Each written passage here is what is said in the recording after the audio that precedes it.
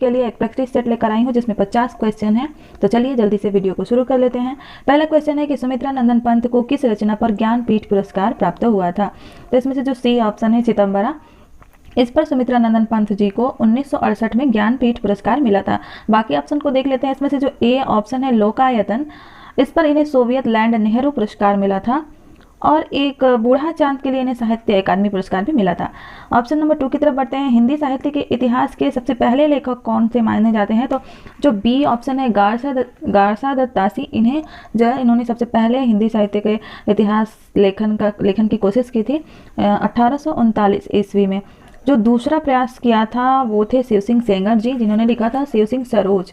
तीसरा प्रयास जो किया था वो जॉर्ज गियर्सन यानी ऑप्शन ए जो है उन्होंने किया था तीसरा प्रयास। और आचार्य रामचंद्र शुक्ल जो थे उन्होंने छठा प्रयास किया था। उन्होंने लिखा था हिंदी साहित्य का इतिहास, जो 1929 में प्रकाशित हुआ था। आगे है प्रश्न संख्या 3 में पूछा गया है कि इनमें से स्वयंभू की रचना कौन सी है। तो ऑप्शन ए पौम चरिव जो है स्वयंभू की रचना है। ऑप्शन नंबर सी भविष्यत कथा जो है धनपाल जी की रचना है। और ऑप्शन नंबर डी संदेश रासक अब्दुल रहमान की रचना है। और ये जो है 1000 ईस्वी के आसपास लिखी गई थी संदेश रासक। और एक और ऑप्शन है महापुराण। तो ये जैन धर्म से संबंधित दो अलग अलग प्रकार के काव्य ग्रंथों का नाम है, जिनमें से एक की रचना संस्कृत में हुई है और दूसरे की अपभ्रंश में। तो जो संस्कृत में रचना हुई है उसके पूर्वार्ध के रचयिता आचार्य जिनसेन हैं तथा उत्तरार्ध के रचयिता जो है आचार्य गुणभद्र हैं। और जो अपभ्रंश में रचित ग्रंथ है उसके रचयिता जो हैं महाकवि पुष्पदंत। तो आशा है कि ये जानकारी आपको अच्छी लगी है तो वीडियो को लाइक करें और सब्सक्राइब जरूर कर दें। आप लाइक करके चले जाते हैं लेकिन सब्सक्राइब नहीं करते हैं। अगर आप सीरियस हैं पीजीटी की तैयारी के लिए तो मेरे चैनल को सब्सक्राइब जरूर कर लें। आते हैं क्वेश्चन नंबर 4 की तरफ कि इनमें से आल्हखंड किस रचना को कहा जाता है। तो जो क्वेश्चन ऑप्शन सी है परमाल रासो, इसे जो है आल्हखंड कहा जाता है और इसे जगनिक कवि ने लिखा था, जगनिक जी ने लिखा था। प्रश्न संख्या 5 है कि आचार्य रामचंद्र शुक्ल ने हिंदी साहित्य के प्रथम कालखंड को क्या कहा है। तो उन्होंने वीर गाथा काल कहा था। चारण काल जो है वो राम कुमार वर्मा के काल विभाजन में आता है और इन्होंने चारण काल का जो सन माना था वो 1000 ईस्वी से 1375 ईस्वी के बीच का माना था। जो सिद्ध सामंत युग है इसे राहुल सांकृत्यायन जी ने कहा था और आदिकाल जो है हजारी प्रसाद द्विवेदी जी ने कहा था। प्रश्न संख्या 6 की तरफ देखते हैं कि मृगावती के रचयिता इनमें से कौन है। तो मृगावती जो है कुतुबन जी ने लिखा था 1503 और 4 के आसपास में इन्होंने लिखा था। मुल्ला दाऊद की एक रचना है चंदायन, ठीक है।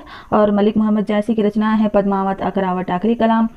मंझन मिश्र जी ने लिखा था निधि विवेक भावना विवेक स्फोट सिद्धि। आशा ये जानकारी आपको अच्छी लगी है। क्वेश्चन नंबर 7 है हरिया हरक्यूलिस की कहानी को किसने लिखा है। तो इसको लिखा था मनोहर श्याम जोशी जी ने। क्वेश्चन नंबर 8 है कैदी और कोकिला के रचयिता कविता के रचयिता कौन है। तो ये है माखन लाल चतुर्वेदी जी। 9वां क्वेश्चन है उत्तर कबीर के रचनाकार कौन है। तो ये केदारनाथ सिंह ने लिखा था उत्तर कबीर। 10वां है दूसरी परंपरा की खोज नामक कृति के लेखक कौन है। तो इसे लिखा था नामवर सिंह ने। ऑप्शन जो सी है वो सही है। हैं प्रश्न संख्या 11 निम्नलिखित सूचियों को सुमेलित करना है। एक तरफ रस दिया हुआ है, दूसरी तरफ उनके अस्थायी भाव हैं।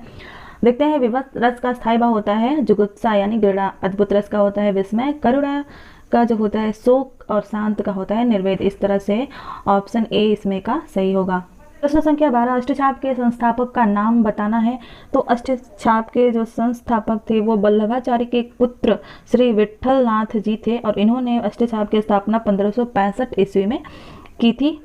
13वां प्रश्न है कि बघेली किस उपभाषा वर्ग की बोली है। तो बघेली जो है पूर्वी हिंदी उपभाषा वर्ग की बोली है। 14वां प्रश्न है कि हिंदी दिवस कब मनाया जाता है। तो सभी जानते हैं, हम लोग हिंदी ही पढ़ रहे हैं तो हिंदी को नहीं जानेंगे तो किसे जानेंगे। 14 सितंबर जो है हिंदी दिवस मनाया जाता है। प्रश्न संख्या 15 है कौन सी कृति रामविलास शर्मा की नहीं है।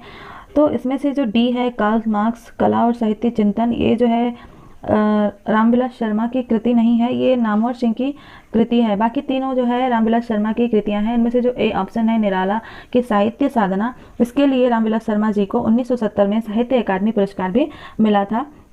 आगे है पहला गिरमिटिया उपन्यास के लेखक कौन है। तो गिरिराज किशोर जी पहला गिरमिटिया उपन्यास के लेखक हैं। मुझे चाँद चाहिए की नायिका का नाम क्या है। तो वर्षा वशिष्ठ है मुझे चाँद चाहिए की नायिका।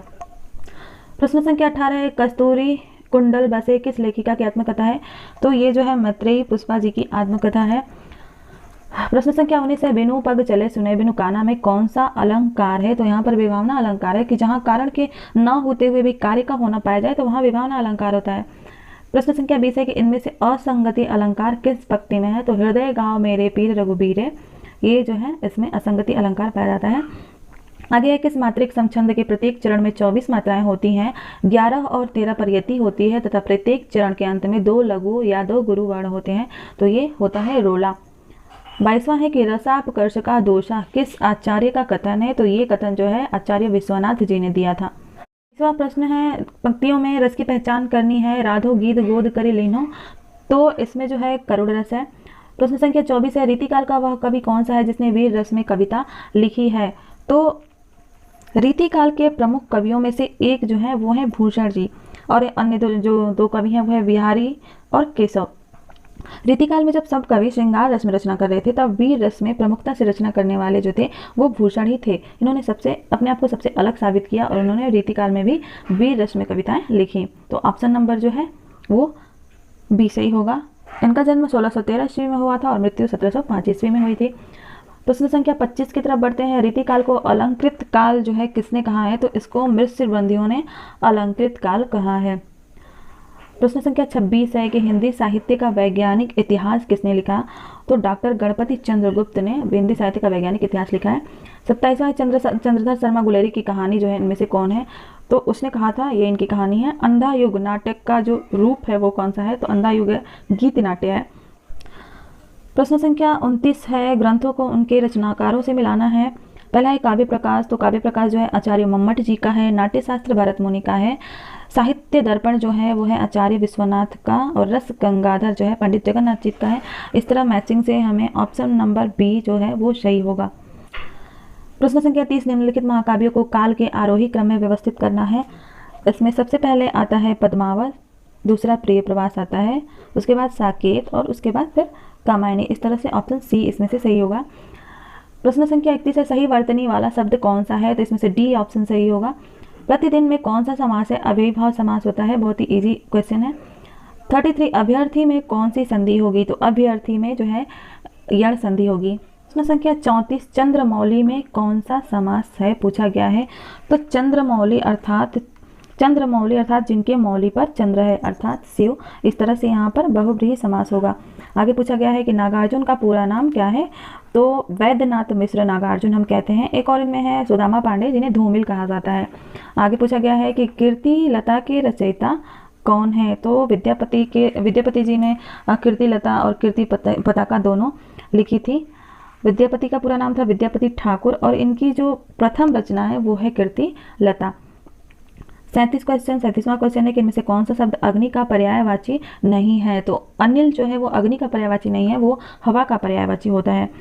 38 क्वेश्चन है कि इनमें से स्वर्ण का पर्यायवाची कौन सा है? छाटिए। तो जात रूप जो है वो स्वर्ण का पर्यायवाची है।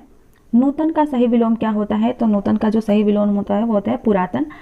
अगला क्वेश्चन है, जिसका निवारण करना कठिन हो उसे क्या कहेंगे? उसे कहेंगे दुर्निवार। जिस नायिका का पति जो है परदेश चला गया हो तो उसे क्या कहेंगे? उसे कहेंगे प्रोसित पतिका। ठीक है। और ऑप्शन ए है आगत पतिका, यानी जिसका पति विदेश से आ गया है तो उसे आगत पतिका कहेंगे। और ऑप्शन नंबर डी जो है वो है जिसका पति परदेश जाने वाला हो। प्रश्न संख्या 42 है कि चंपू का क्या तात्पर्य है? तो चंपू जो है गद्य पद्य मिश्रित काव्य होता है, एक रचना होती है जिसमें गद्य और पद्य दोनों मिश्रित रहता है। तो ऑप्शन नंबर सी इसमें से सही होगा। 43वां प्रश्न है, भीगी बिल्ली बनना का सही अर्थ क्या है? तो भीगी बिल्ली बनना का सही अर्थ होता है डर जाना। अगला है, आकाश पाताल एक करना का अर्थ क्या होगा? तो इनमें से होगा अत्यधिक प्रयास करना। अगला प्रश्न है, कालिदास की कौन सी कृति जो है बृहत्त्रयी में शामिल है? तो इनमें से कोई भी कालिदास की कृति जो है वो बृहत्त्रयी में शामिल नहीं है। बृहत्त्रयी में जो रचनाएं शामिल है वो है किरातार्जुनीयम, शिशुपालवधम और नैषधीय चरित्र। तो इसमें से जो किरातार्जुनीयम है वो भारवी ने लिखा है, शिशुपालवधम माघ कवि का है और नैषधीय चरित्र श्री हर्ष जी का है।